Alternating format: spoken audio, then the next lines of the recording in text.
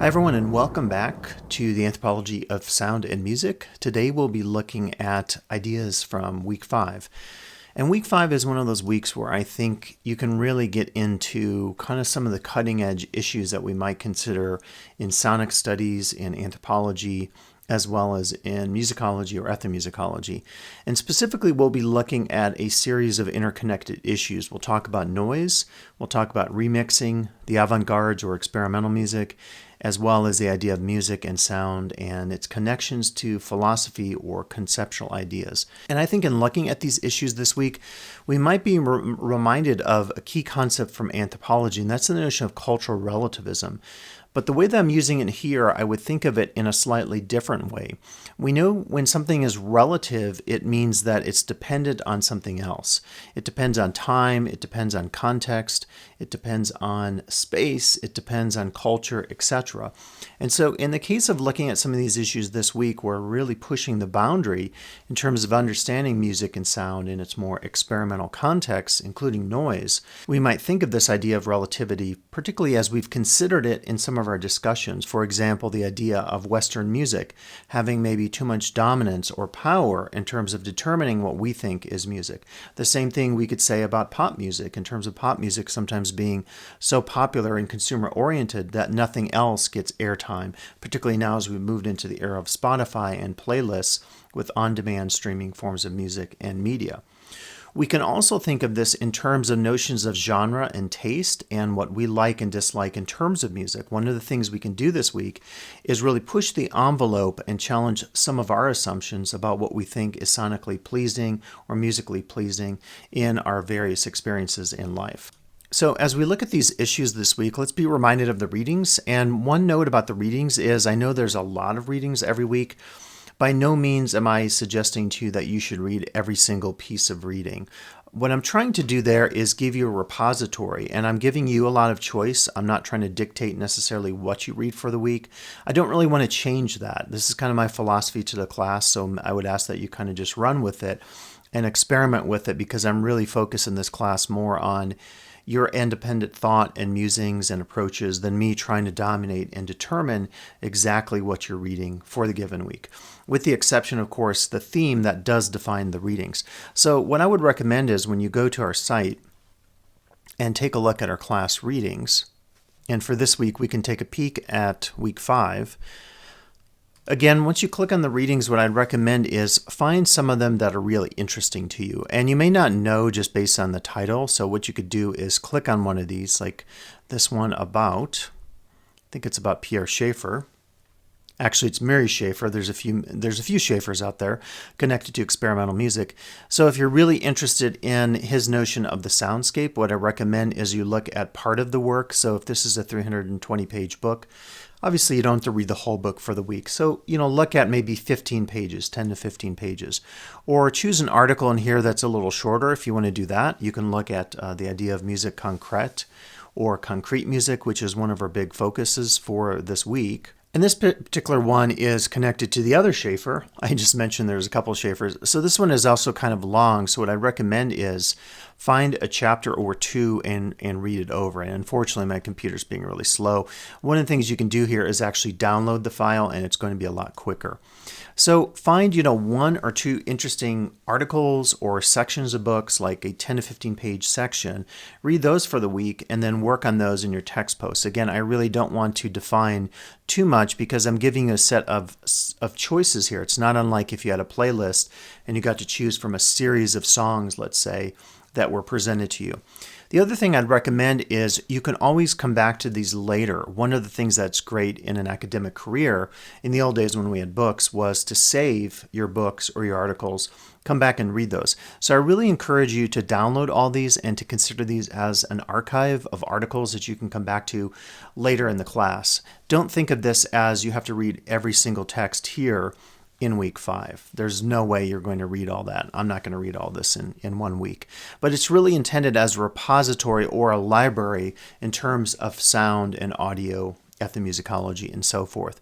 So hopefully that defines it a little bit, because I've received certainly questions about how to approach the readings, and I was not intending for you to read every single reading for the week. As usual, when you look at our themes for the week, you'll get a better sense of what we're considering. And so that is probably a good place to start at first. We'll, as typical, talk about the readings and the media throughout our conversations here. What I've designed for you today is to really talk about some of these issues via some musical samples that I enjoy providing to you. So I thought we'd begin with the discussion of noise, and we could talk about noise as something that is unpitched, as something indeterminate, uncontrolled, loud, unmusical, or unwanted in terms of sound. It's almost like the equivalent of you're growing a garden and you have weeds in the garden. And weeds are very strange because a lot of weeds are beautiful, like dandelions are beautiful and they're also great to eat, for example. But we've defined them culturally as something to stomp out or to get rid of with weed spray. So noise, I think, also has a similar approach where we think of it as something that is not pleasing to our ears.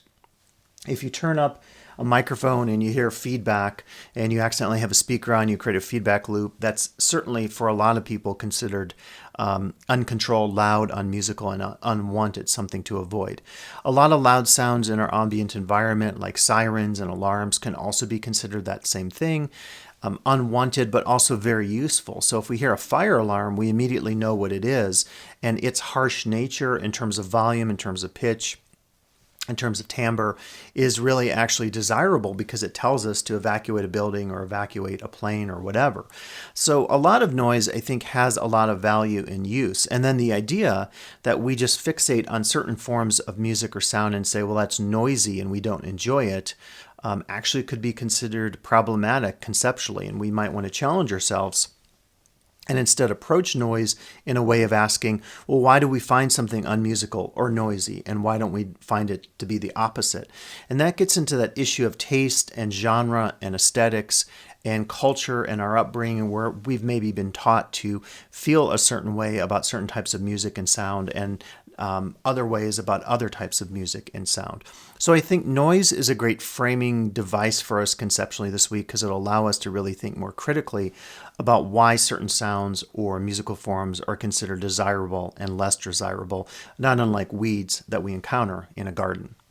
Now, an interesting quote here is from Luigi Russolo, and you might know Russolo. He was one of the Italian futurist musicians who was very interested in the idea of exploring sounds that typically don't get considered to be musical in musical performances. And he wrote a famous manifesto called The Art of Noises and was very interested in exploring the sonic potentials of, say, devices of industry like horns and sirens and machines, which is something that I find very important in my own musical work.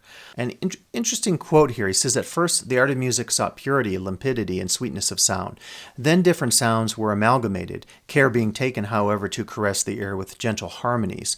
Today, music, as it becomes continually more complicated, strives to amalgamate the most dissonant, strange, and harsh sounds. In this way, we come ever closer to noise sound.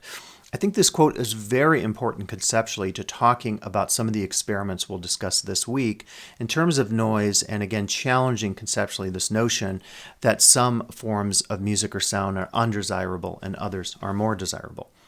You can go online right now. I'm not going to play it for you because it probably will be pulled down from YouTube's algorithms, which is another interesting aspect of our sonic worlds, and how algorithms protect certain music that's copyrighted or trademarked or registered, which we could say is a good thing for the artist, but it is also maybe a challenge for some of us if we're trying to do remixes, which we'll talk about here at the end of our lecture.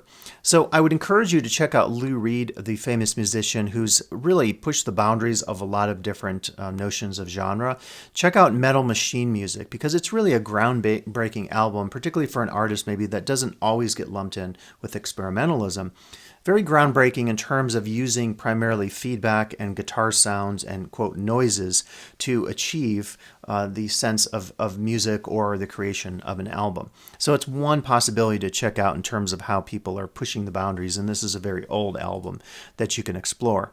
Now, a musicologist wrote a book called The Aesthetic of Noise, and I thought this is kind of interesting to think about what noise might mean. He talks about noise as something that means different things in different languages, but refers to states of aggression, alarm, and tension, to powerful sound phenomena in nature such as storm, thunder, and roaring seas. It's worth noting in particular the word noise comes from the Greek nausea, referring not only to roaring sea, but seasickness, and also to the German Geräusch, which is derived from Rauschen, the sound of the wind. So it's kind of interesting to think about noise having all these connections to, power of nature, sound of the wind, notions of ecstasy and intoxication. In his book, he talks about 3 principles or approaches to noise, saying that noise is not simply defined, but it could fall into 3 realms. The first is acoustics, so the idea that noises are irregular. They might be sounds that are, again, unpleasing to the ear, so sounds that we avoid. The second is in terms of communication noise, and this is specifically in terms of the theory of how people communicate. So the idea is that someone talks to someone else. If all of a sudden I put something over the microphone where you couldn't hear it, that would be a distortion in communication. And that sometimes happens on our phones, where we're on our phone, and because a call drops, we don't hear the other person on the other end, or they don't hear us. And there are little jokes. There's a joke I saw on TV, a commercial, where someone is talking on their cell phone and there's a cutout. The signal is not good. The network is a bad network. And as a result of that, the woman gets the wrong information, thinking that the party she's been invited to is a costume party. So it's kind of a play on this idea of distortion happening in communication. We also can see it happen in terms of circuits. If you create particular circuits with electronics, and actually this is an example of something I'll show you in just a second. It's a circuit-based musical device called the Electron 4060, and it's really creating a circuit board that you can do actual prototyping on. A lot of people interested in noise music will take distortion pedals or other forms of electronics and modify them and do kind of chip tuning music, or music that is based on what we call circuit bending. So circuit bending is actually an example of distortion happening in a circuit. So if you think of a circuit being completed in a particular way, if this wire here, this DuPont cable, completes the circuit, if I further make this circuit complex, if I add other electronic components here, like I can add an LED light, as that circuit is trying to complete itself to an output, which could go to an audio source or what we call a control voltage source here on this particular device, that's another example of distortion. But distortion can be very useful if you're doing circuit bending.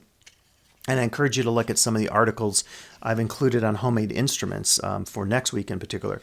If you're doing circuit bending, though, you actually will open up something like a guitar pedal, and you might fiddle with it. You might add a wire in between 2 points that are not necessarily determined to be connected by the manufacturer of the device, but you do it to do what's called circuit bending. So circuit bending is actually an interesting and innovative way to approach this idea of noise as a distortion in a pathway, a communication pathway, or that of an electronic circuit. Okay, just to show you real quick what circuit bending is, because I think it's really pertinent to talking about some of these contexts of noise, I'll just show you a sample here. So this is a really cheap, what we call an effects pedal, and guitarists and other musicians use this to change their sound. So this is a distortion pedal, and I'll bring up the sound without any effects.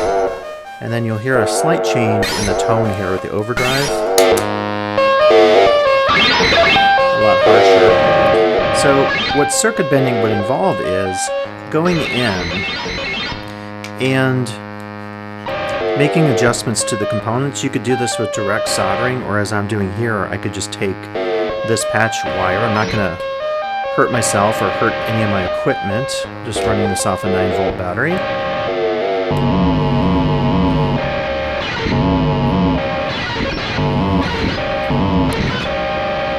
Get a sense of what we're doing here.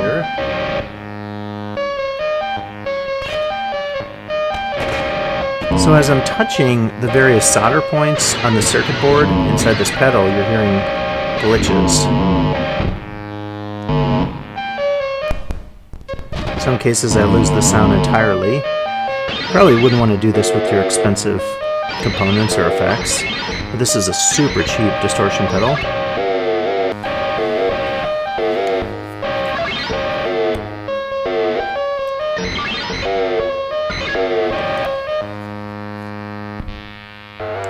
So you hear an effect there.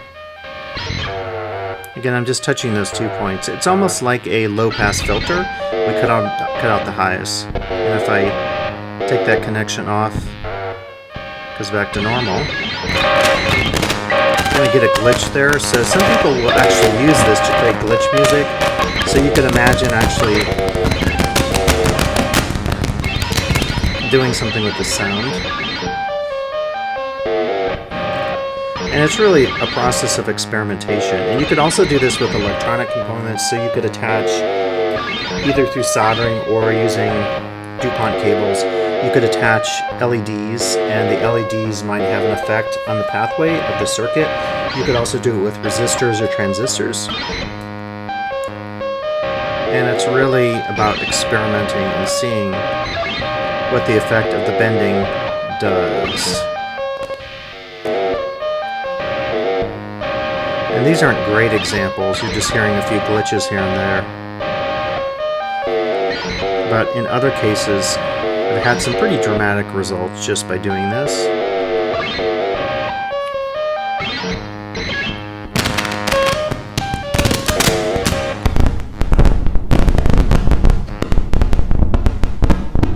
Quite a dramatic effect there on the sound.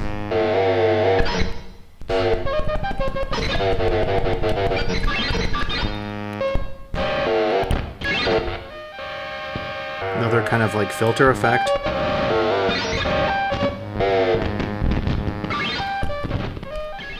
So again, you get the idea, but it's basically the idea of taking a circuit board.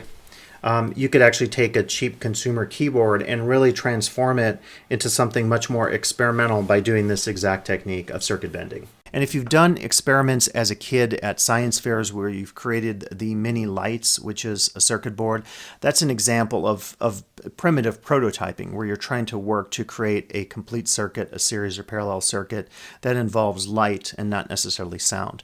But a lot of folks involved in noise music are really pushing the potentials of electronics themselves to really achieve noise for very purposeful outcomes, for making music that pushes the boundaries of what we consider acceptable in terms of music in today's world.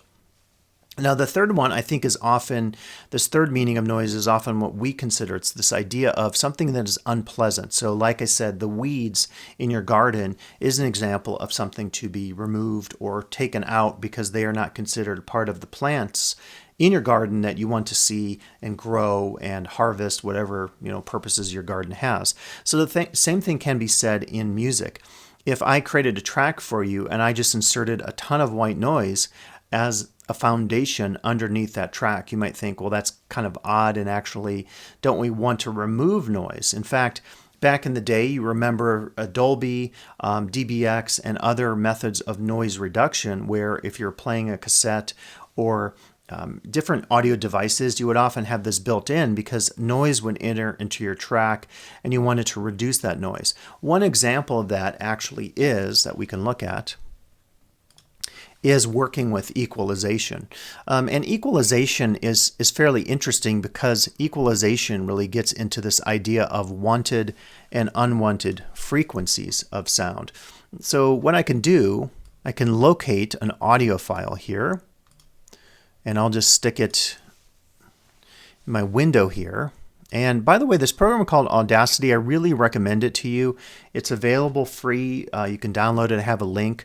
It allows you to play audio and manipulate audio. So this is a particular audio track I recorded.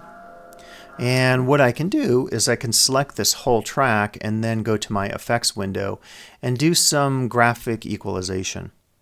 So what I could do is here, if I bring out the high frequencies, you'll see it's going to radically change the sound that I've created. It'll take maybe a second to process this. Now we're going to hear a lot of the high frequencies. I'm not sure the bandwidth of what exactly we're working with, but it will sound different to us. And you're hearing a tinniness, and then you're actually hearing like some pops. So that would be an example of noise. Now again, who is to say that having that additional noise that I achieved in this sound with my equalization is not desirable? And I think one of the challenges with audio technology of today, going back from CDs, as we move, say, from records and tapes to CDs, now to streaming, is what we call compression. And compression can have a lot of impacts on music. Oftentimes compression in the sense of it happening in music refers to a technology where you can achieve a little more consistency between your loud, your dynamics, your loud and your soft sounds, and compression happens a lot, say, with drums in electronic music. Compression can also refer to the process by which we take files that have information and we reduce them in size for the sake of sharing those files online, such as on CDs or in cases today, streaming services. Often in streaming services, you'll get a deadening of the sound. You'll get too much loudness of the sound in terms of the recording technologies. We talked about forms of compression. And as a result, people are saying, well, even though this sounds supposedly pristine and good, to my ears, it might be noisy because I feel like the sound doesn't have dynamic range. The sound doesn't have anything interesting to it. It's so perfect in terms of it maybe going at other levels of sound and music being auto-tuned or what we call quantized, which is a process if I play a pattern of 16th notes and a few are off. On a computer, quantization at a rhythmic level will take the sounds and put each of those beats I'm playing on the 16th note on the beat, or an 8th note, or a quarter note. You can also quantize in Eurorack worlds of music scales. So if I play something in on a keyboard, on a musical keyboard, I can quantize it to play only an A minor scale, or a C major scale, or whatever. So some people would say that the perfection that we try to achieve in today's popular music could be itself considered noisy or noise conceptually. And that goes back to the earlier points about the relativity of music and sound. So think about this, because I think this is one of the more interesting issues for us to consider this week in terms of that subjectivity, what noise is, and how we get to the bottom of understanding one person's noise versus one person's harmonious or melodic sound or music. The analogy to the garden and the weeds, again, I think is very appropriate. We can also talk this week about music and sound and philosophy. And I'll introduce a lot of ideas to you this week in terms of what we call the historical avant-gardes. I really encourage you to check out some of the media this week. In particular, check out the rise of experimental music in the 1960s. John Cage and a lot of other folks are considered in this documentary, and I really feel like we can approach experimentalism and noise this week through sound and sound experiments, as I'll be talking about with some of my work. You can also approach it, though, with concept. Back in the day, there was a famous artist in the visual world named Marcel Duchamp, and specifically, he had something called a ready-made. And one of the most famous ready-mades was he had a bicycle. Another famous one was actually this fountain, which appears to be a urinal, and he signed it with a signature. And a lot of people have written about this and how they've talked about how this idea that this particular urinal and Duchamp's piece from 1917 change the face of art in a conceptual sense. A lot of people were upset with this, and they said, in fact, Duchamp was playing around, and this is kind of like an artist joke, and it's not really art. But that was entirely Duchamp's point, was to take a urinal, to display it in a gallery, and to really ask us to defend the idea that this is not a piece of art. If we assume that a piece of art is an amazing Rembrandt or a painting that takes a lot of skill, why is that our assumption? Curiously enough, Duchamp actually did a lot of collaborations with John Cage. They were known to play chess together, and at least John Cage created some musical compositions based on some of those chess games. So it's very interesting to see that there's this linkage from the avant-garde traditions of Marcel Duchamp in visual arts to the work of John Cage in experimental music. So as you look at that documentary this week, I really encourage you to consider the conceptual side of sound. In other words, challenging us to think about what music is, about what sound is, about what we consider to be noise versus something that's pleasant to hear. Cage has a very famous piece called 4 minutes and 33 seconds. You can actually search for it on YouTube if you like. I really encourage you to do that because it's one of those pieces that challenges our assumptions about what music is. And if you look it up, it's super famous. And I believe you'll find in here a series of performances, kind of some funny stuff. There was a metal band once that performed 4 minutes and 33 seconds.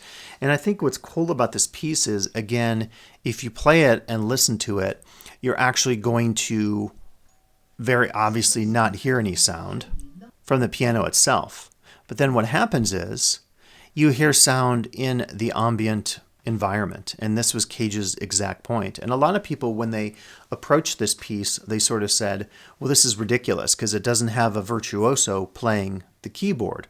Well, why does a virtuoso playing the keyboard or the piano have to define what's considered music? So again, just like Duchamp's Ready-Made, 4 minutes and 33 seconds is one of those pieces that completely challenges our entire assumption about what we consider to be music and sound in our everyday lives. So I really encourage you to take kind of that conceptual approach to understanding notions of the avant-gardes and considering noise this week.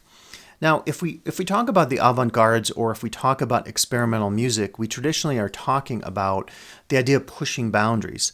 A lot of people would say experimental music or avant-garde music is without definition, or it's its own category that's an open category, meaning what's considered experimental today may not be experimental tomorrow.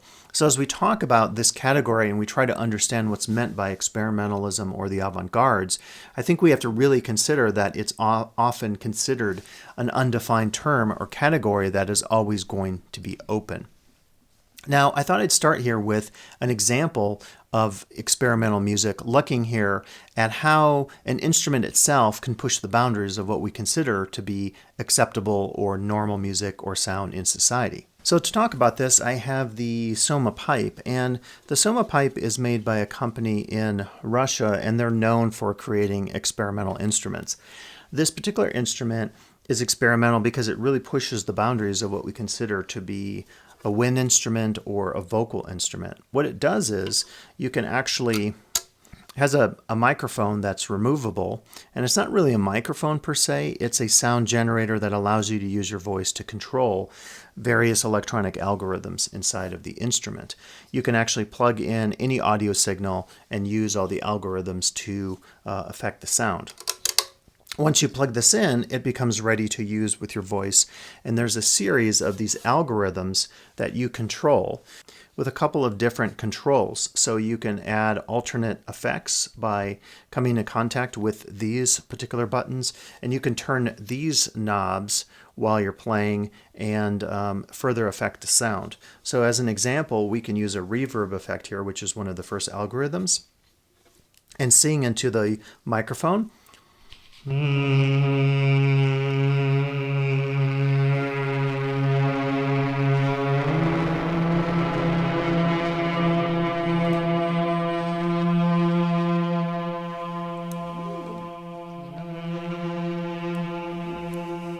One of the things you're hearing there is actually some distortion, and this instrument actually introduces a lot of distortion using the various algorithms. So again, it's, I think, very comfortable in terms of the design to really think about pushing the boundaries of music and sound.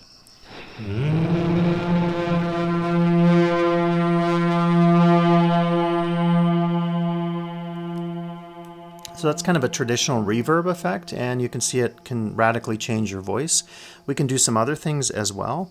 We can create some kind of stutter effects. If you don't like glitch music, you might be familiar with some of this.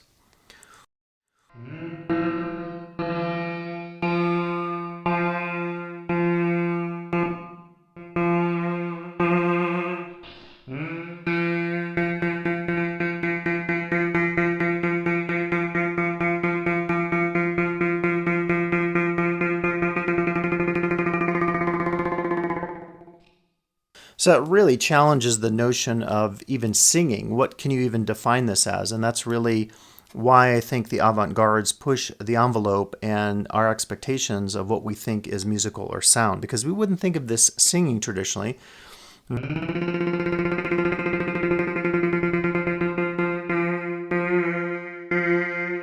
Yet it's using my voice to produce the sound, so in a sense it is singing. We can also do more traditional beatboxing effects with this device.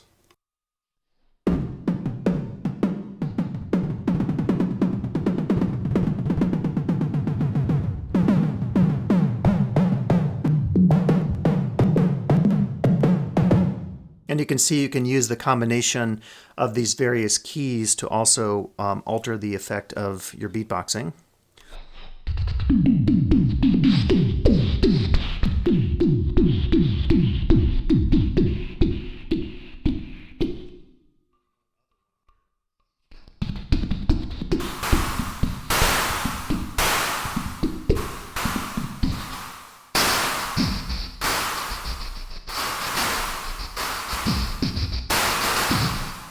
And obviously getting this musically interesting, you have to work a lot with this. If you wanted to create an entire track, you certainly could, but you'd have to think very carefully about how to use these sounds in your mix.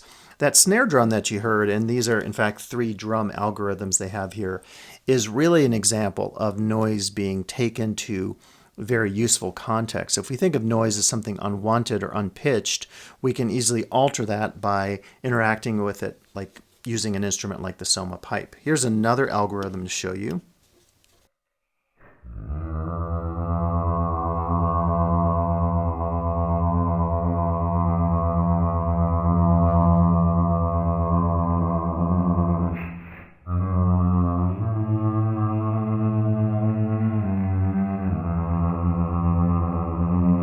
So that's an octavizer. It's adding an octave lower, or maybe 2 octaves lower to my voice. So it's another way to really alter the sound of our music. We can also go with some of these more experimental effects here. This has a nuclear symbol on it, so you can kind of see where this is going to go sonically.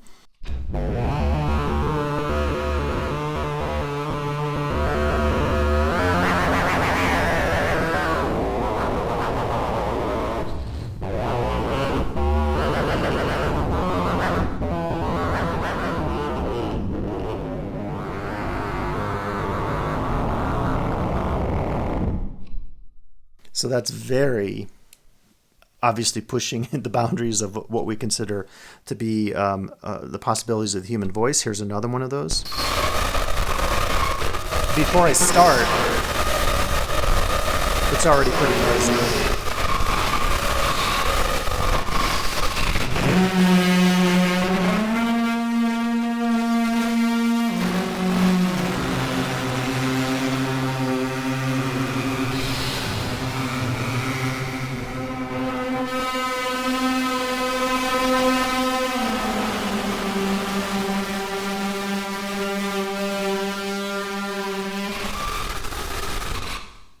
So again, if I'm not even playing into the instrument, check that out.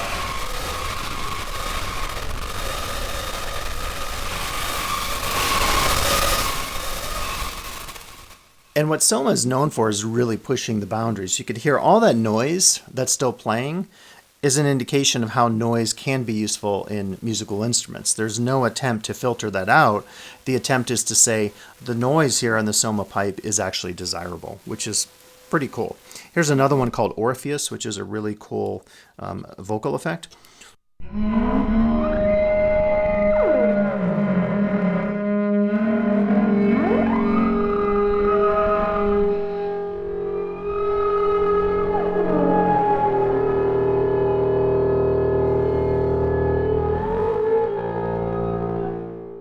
And that particular one is using what are called resonators that take a sound and add almost like a string effect to it. You get a lot of resonators being used in Eurorack instruments. Very cool. Here are a couple other examples. A filter effect.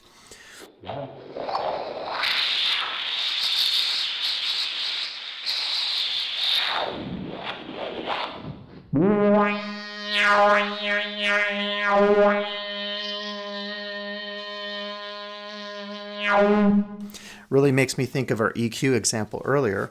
And then the last one almost turns the voice into a keyboard, and you can tell by that keyboard symbol there.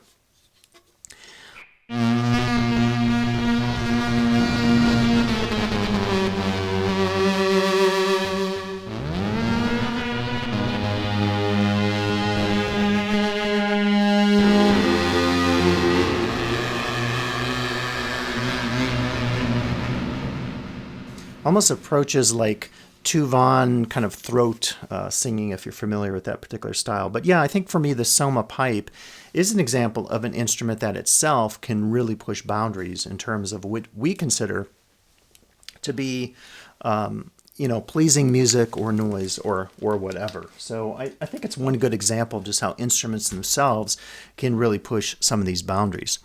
We can also talk about this idea of noise being something that is not musical, and I think it's one of the things that we have to really challenge again as we approach some considerations of these ideas this week. And what I'm doing here is actually bringing in some examples of different approaches that I've used trying to think about the value of pushing boundaries in music.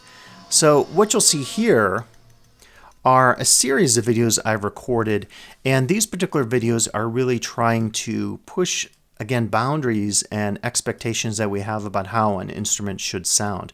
So as you listen to these musical samples, I think you might say, well, you know, they have certainly an aesthetic approach to them that maybe sounds noisy. Then the question again becomes, what do we consider noise? One person's noise is another person's melodic harmony. Or a melodic song or whatever.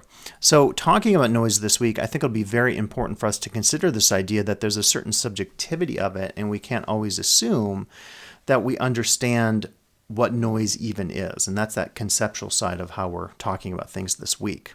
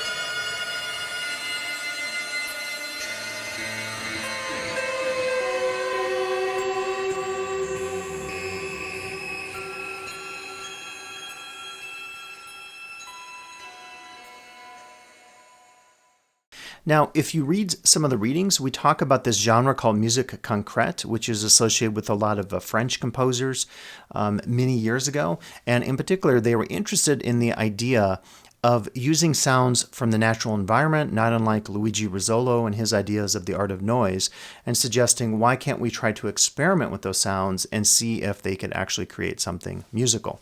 So as an example of that, we could talk about found sounds. And I think found sounds are a really great example of how we can challenge the notions of what is acceptable music. What I've done for you is I've included a number of my samples of my electroacoustic experiments. We'll talk about this again in week 6, because in week 6 we'll discuss electroacoustics, some of these experiments, and also creating your own musical instruments, which I've been involved in very heavily. So a lot of these experiments that you're going to listen to right now as we cut away will focus on this idea of using devices maybe that don't seem to have a musical use to them, but yet putting some musical use to them, creating a rhythm or creating a melody or some new timbral expression via devices that typically aren't considered to have this potential.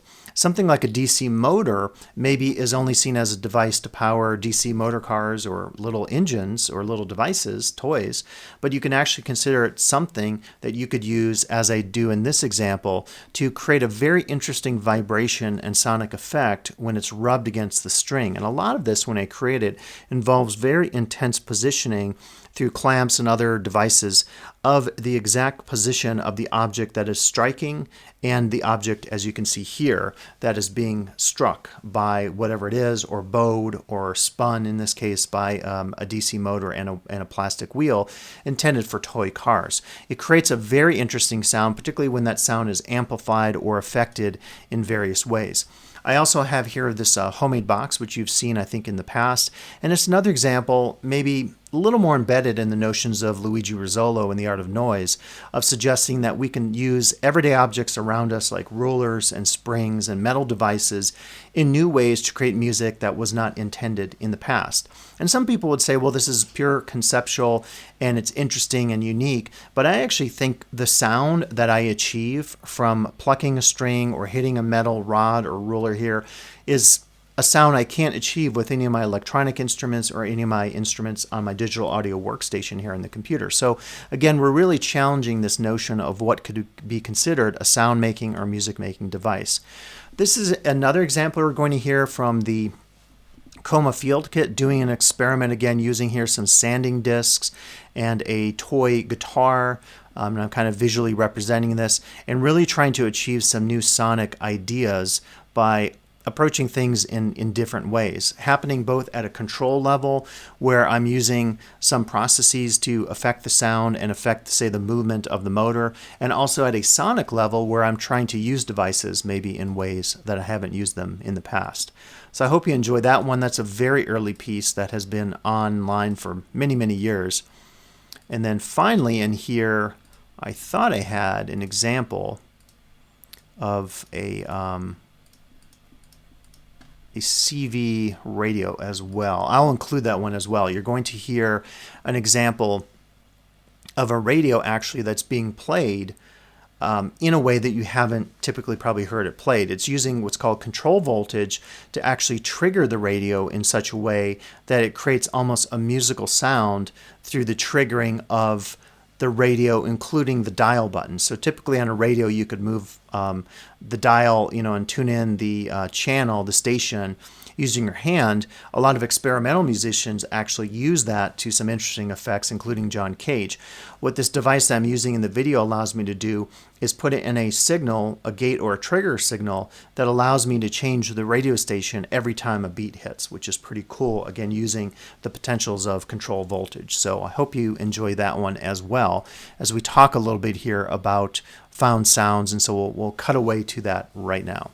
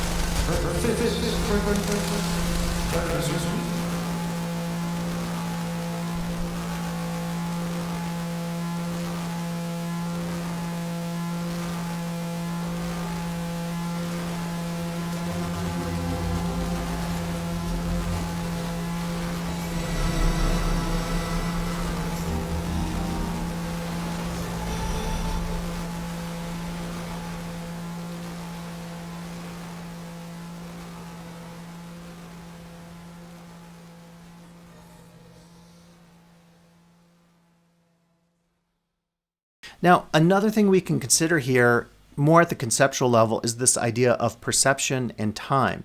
And specifically, I'm going to be showing you something related to a musical device in my Eurorack setup called the Morphogene by Make Noise.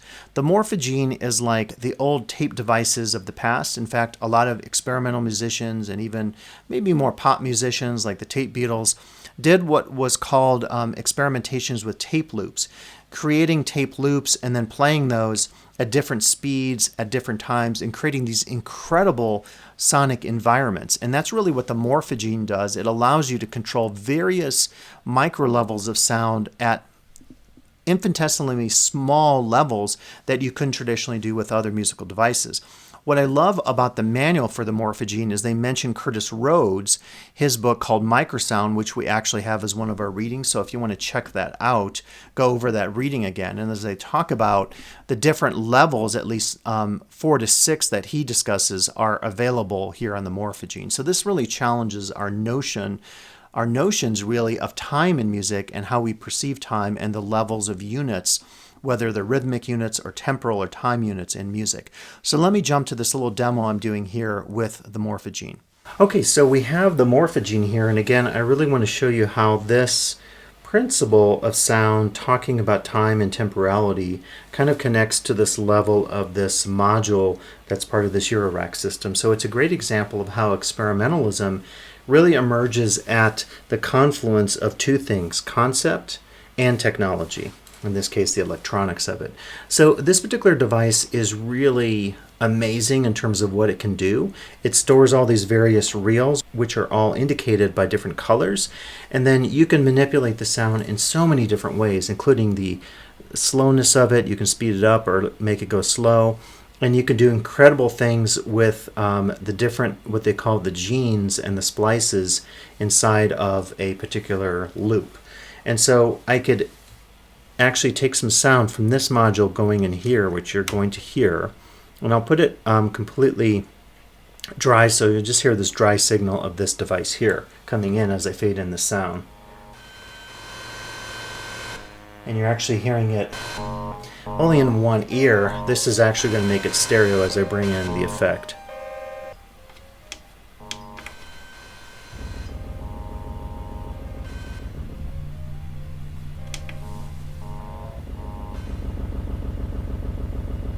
And so when I make that recording, I've turned it here so you just hear the sound in the morphogene. You can see it's going to take this, and because of the settings here, it really sounds nothing like the sound we just heard.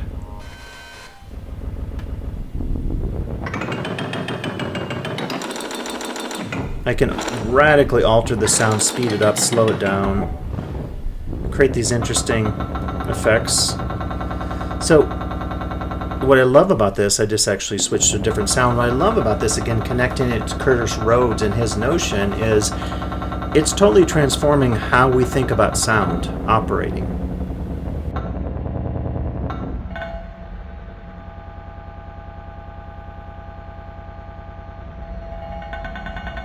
And so if you're doing sculpting of sound, you can use something like this and take a very simple sound from an external source. It could be a vocal sound, a loop from the radio, and create these incredible alterations of the source material. And that's why this also, I would say, connects to the notion of remixing this week.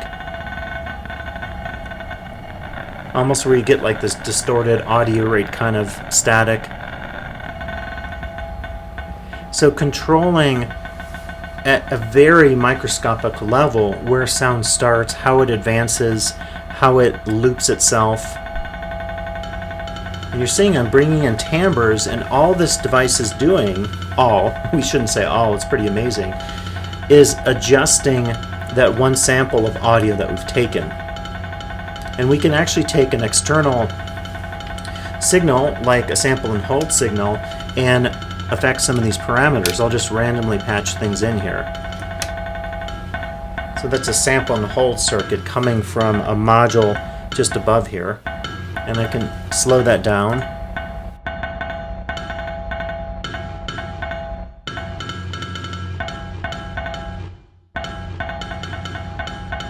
I can take some additional signals. I'll take a pulse wave with the yellow cable and a random pulse with the red, and patch them in some different places here. Let's see.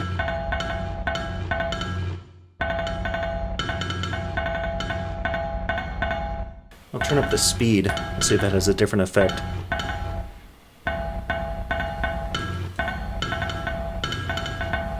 Getting kind of a ratcheting effect there. And I can continue to patch.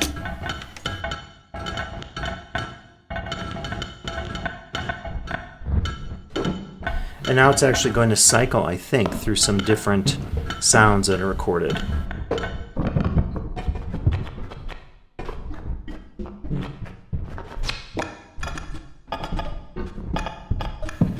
And right there I have an amazing beat just using a series of loops recorded into really what is a digital tape player, but a tape player on steroids or acid, whatever the analogy might be, because it's just so amazing at doing these kind of things that you couldn't do 50 years ago with tape loops.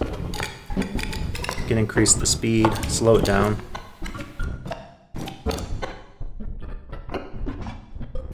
And I can remove some of those and go back to just the sound playing. And I could find another loop that might be, interesting to play with. It's sometimes hard to even figure out what these are because they're so distorted. Again, that's one sound, and with a few turns, we get the sense of just incredible transformation of our sound. It's another sound. You're getting that stereo effect. You can imagine this as your tape speed or your playhead on a tape player.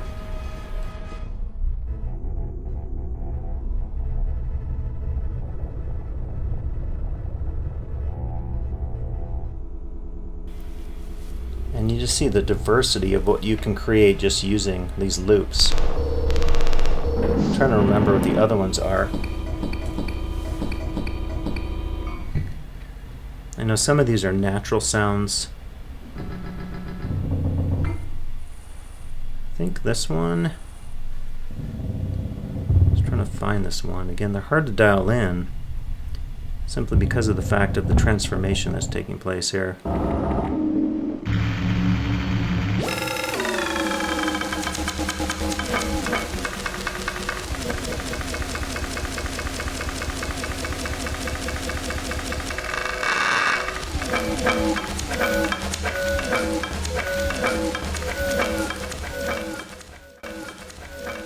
Well, in any case, you kind of get the idea.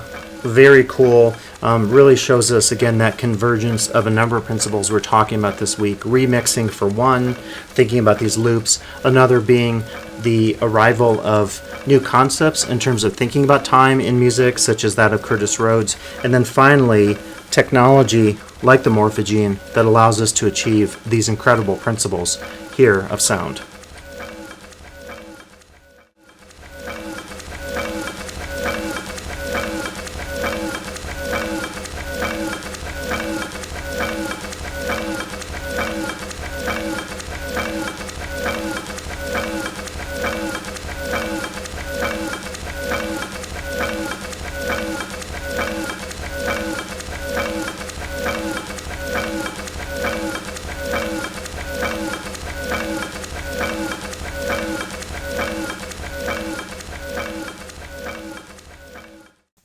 So as you can see there, we can really expand our notion of what time and our perception of time means in music. And another example of that is the work by John Cage, one of my favorite musicians. It's a 639-year-long organ piece. It started a few years ago, and it just changed. It was playing the same chord for well over 2 years. And it just recently changed chords, and people were super excited. You can actually go online, look up this piece. It's called As Slow as Possible. ASLSP, and it's an organ composition, and I think it's really phenomenal because who would have ever thought of creating a piece that lasts longer than any human lifetime, 639 years. So check that out because that really also challenges our notion, to go back to Rhodes here. Specifically, that would be the idea of the supra, a time scale beyond an individual composition extending into months, years, decades, and centuries. So actually, John Cage's piece is a great example of the super level of time that Rhodes talks about in his work. So that's a little bit more about thinking about how time itself could be something that we could explore conceptually in some of these experimental music pieces. Now, we can also think about indeterminacy, aleatoric music, and chants. These all mean essentially the same thing.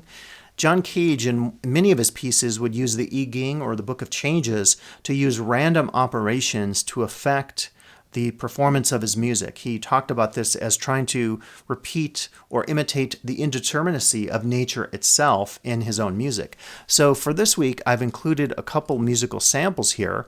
And specifically, I want to show you how I've used some musical devices in this case that allow me to take actual biofeedback signals from plants. In this case, these are artificial plants, some dead plants, and some artificial plants. And then in the back, this is an actual succulent that I have my particular device attached to that will convert the biosignals of the plant into electronic music. And that's what you're going to hear in a second. And I've actually featured this in some previous examples. I also took some rubbing by using contact mics here, rubbing of different textures that I achieved through the various sounds, and this is called Plant Music 2, I think, or maybe 1, I forget. This was inspired by a piece of John Cage's called Child of Tree, which for me was very interesting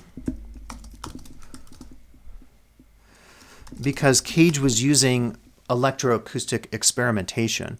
And you'll see a sample of it here. I won't play the sound of it.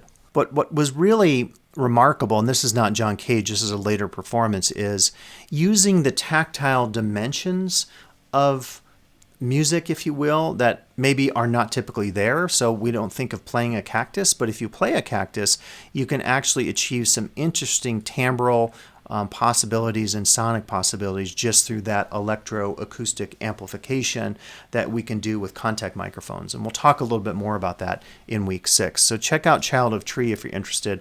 But right now, let me jump to my own performance that features an attempt to use plants here to create indeterminacy in music.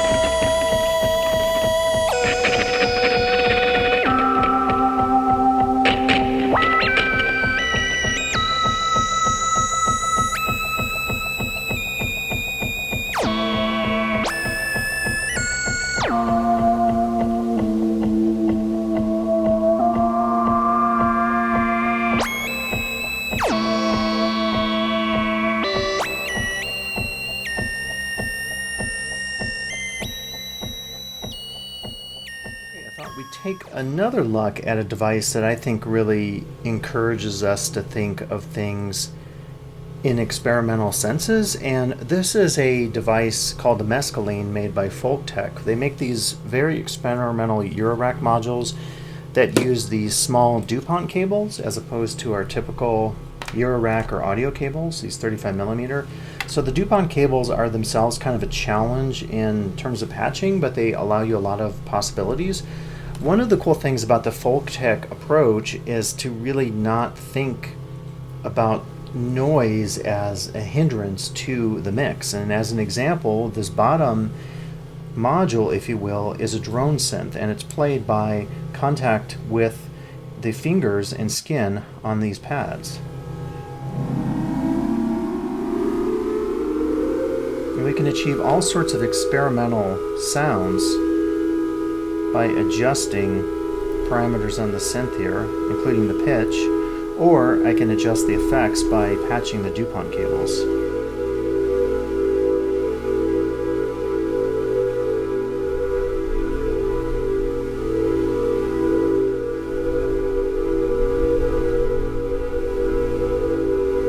And one of the things that makes folk tech gear very experimental is there's a lot of unpredictability. There's a joke kind of in the folk tech community on Facebook and YouTube that if the instrument is broken, you don't really know if it's broken because so much of what's happening really challenges your notion, again, in terms of indeterminacy, of affecting what's happening in your music or sonic composition. So sometimes I'll find, like, if I'm playing the pads, they don't all have the same effect in terms of the contact I have with them. Again, I can continue to change my effects.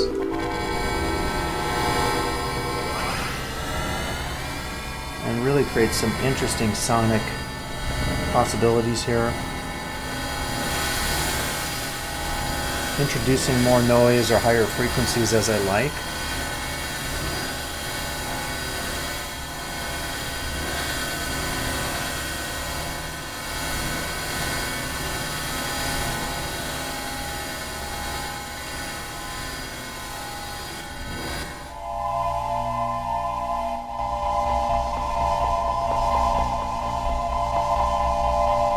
So you see, just by patching a few points, I'm radically altering the sound that I can achieve. Now, I can use some of these top units. So the top unit here, you can see really the ability to create some dramatic sonic possibilities. This top unit here is what's called a sequencer. So these are all signals, and we can call these gate or trigger signals. Basically, each one of these takes a pulse, actual electricity, which is represented by these lights, and I can change the parameters of those pulses, including the speed, making it faster or slower. And what I'm going to do is actually patch the second unit, which is another sound device like this bottom one, but which accepts on these breadboard connections through the DuPonts the signals from the top unit.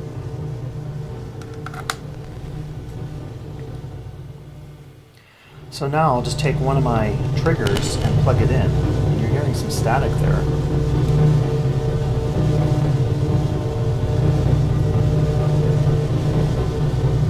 And you're actually seeing something which is one of the reasons I like the folk tech. So domestically, I just plug this in and you're not hearing anything. Well, that's one of the curious things about this device is there's not a lot of rhyme and reason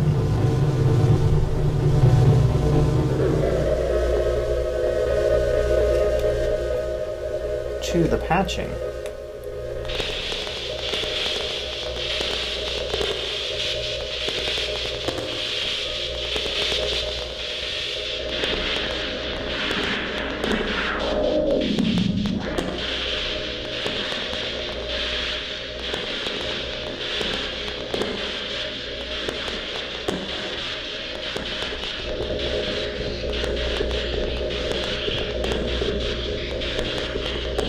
And one of the reasons I'm featuring this instrument is I really feel that by not knowing exactly what you're doing in achieving connections to these breadboard cables, you're adding to the indeterminacy of the sound you create. So just there, we went from that glitchy high-pitched sound, but because I'm creating another connection here, which you'll hear right now, it really is allowing me to think about sound and musical performance in some very, very different ways. And I can continue to patch and discover what happens to my sound. In some cases, nothing. In some cases, something quite dramatic.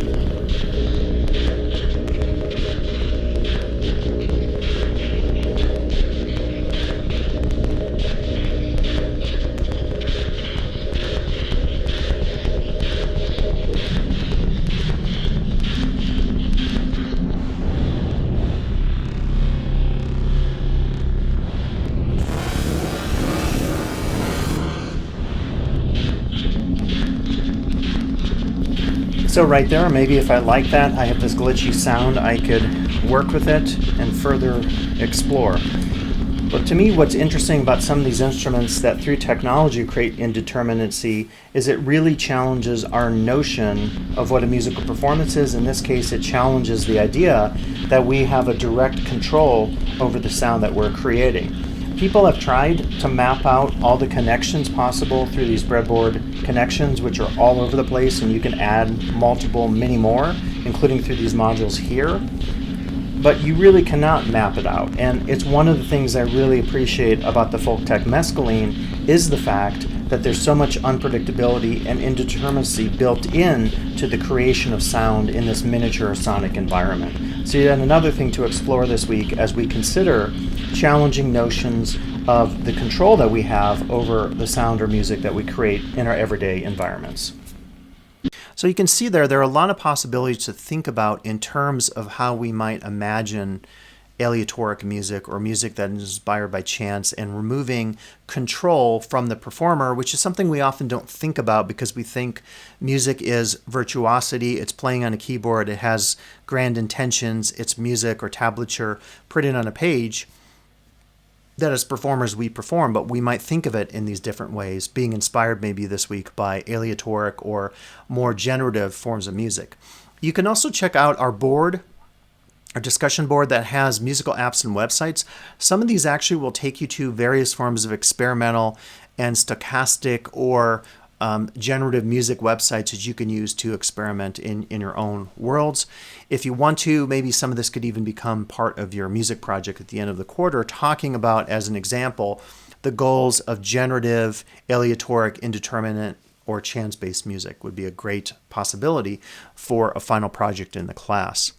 Now, electronics themselves have so much to provide to us in terms of influence of a lot of what we're talking about. If you look at someone like Pierre Schaeffer or Boulez, the experimental French composers, they were very much interested in the idea of using electronics in new ways to create sound, or more specifically, experimental music. So the first thing I'll talk about is I'll show you some examples of the Electron 4060. So you're going to see some samples of how something that's based really at the level of musical circuits and not so much as something that has a keyboard or something that can be played traditionally. You're actually not even working with this device in a traditional sense where you think of a tone being played. You're not rotating a dial or plugging something in and thinking of A440 or whatever note on the keyboard or saxophone or flute. Instead, you're thinking about sound and maybe some processes that are happening at the electronic level that you wouldn't normally think about as being part of music. So let me show you some samples here of the Electron 4060.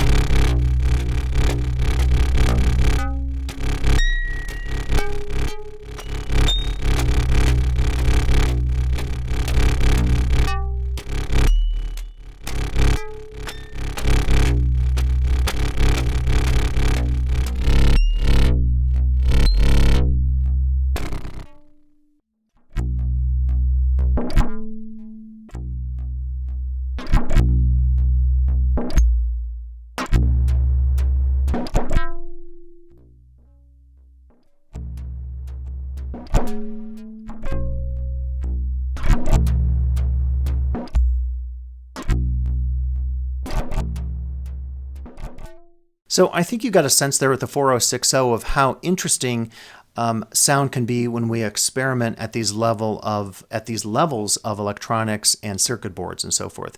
We can also look at another device called the Lyra 8, and this is a device very specifically made by SOMA Labs, the same company that made the SOMA pipe that I demoed for you earlier. And this is a device that really is my primary device that I would think of as creating drones and sonically interesting noise portraits. We can jump into some of these samples here.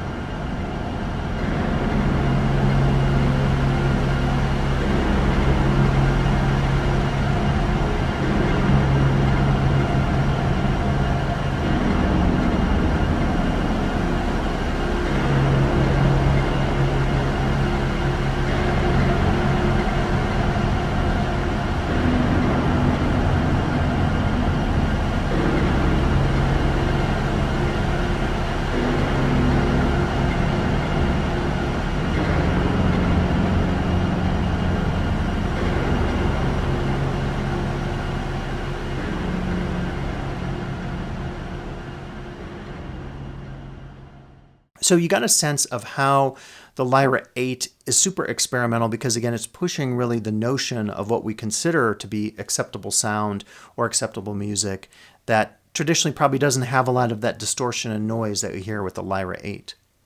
Okay, so looking at the Lyra 8 here, you actually hear its raw sound being played. And in a sense, this is like a patch that we would create with a traditional synthesizer, but there's nothing traditional about this particular synthesizer. In fact, it's one that when I received, I really found myself confounded with because I discovered I didn't have the techniques even available to play it, which is great, ironically enough. It has so much potential for modulation of sound using what's called an LFO, or a low frequency oscillator, a delay unit, as well as a drive that adds that grit and distortion that we sometimes like in electronic music. It has 8 voices here, or oscillators, that responds, not unlike the folk tech that I'm talking about today, to pitch, or rather responds to pressure. And so I can dial in my sounds here. I can actually put all the oscillators really low, and then you can hear things a little better. So what's really crazy about the Lyra 8 is it's so focused on creating drone type patches. We can adjust pitch. There's 2 of 4 sets of oscillators, these 4 upper and lower. We can adjust the hold, which will basically relate to the release time, how long it will hold out, kind of a long time, like this, or very short. So one of the other cool things about instruments like this is it really allows you to better understand sound and the various principles of sound as you're working with it. But the frustration, if you will, of an instrument like this is the fact that you may not actually, ironically enough, be prepared to play it. And you can really do anything with sound, create, these incredibly high or low pitched drones. And trying to tune it, again, thinking of this in traditional instrumentation, thinking of this as a traditional instrument that you're tuning and playing like a keyboard would be ridiculous. You're talking about microtonality, and you're talking about approaches to sound design, including what's happening at the electronic level inside of this instrument that cannot be conceived of in traditional senses. And so I can play a few more pitches with my other oscillators. I have to retune these, of course. And you can create interesting effects. Again, thinking of the principles of sound here with harmonies. That sounds somewhat in unison. Maybe go for a third or a fifth. Or an octave. Or not.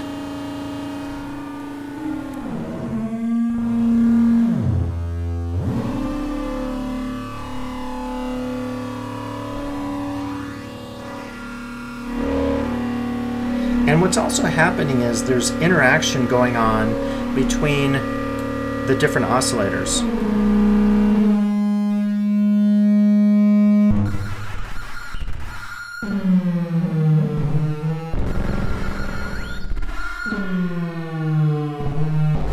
And this is my low frequency oscillator, which I can adjust the frequency of it, creating almost stutter effects in one case and another case. Sort of distorted noise. And I can do the same with my delay.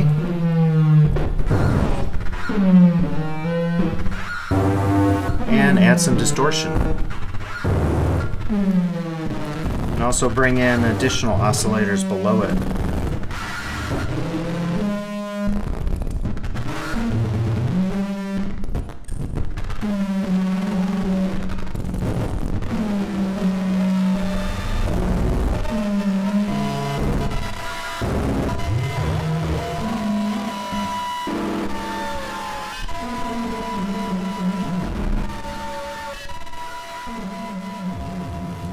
And that's the Lyra 8. And again, in the examples here in the lecture, I've tried to show you using this in more musical senses, but just hearing the nature of this instrument again, it really lends itself to the idea that experimentalism also happens at that level of concept and technology with companies like SOMA in Moscow designing instruments that really push the boundaries of both the concept and the technology behind the music that we're studying.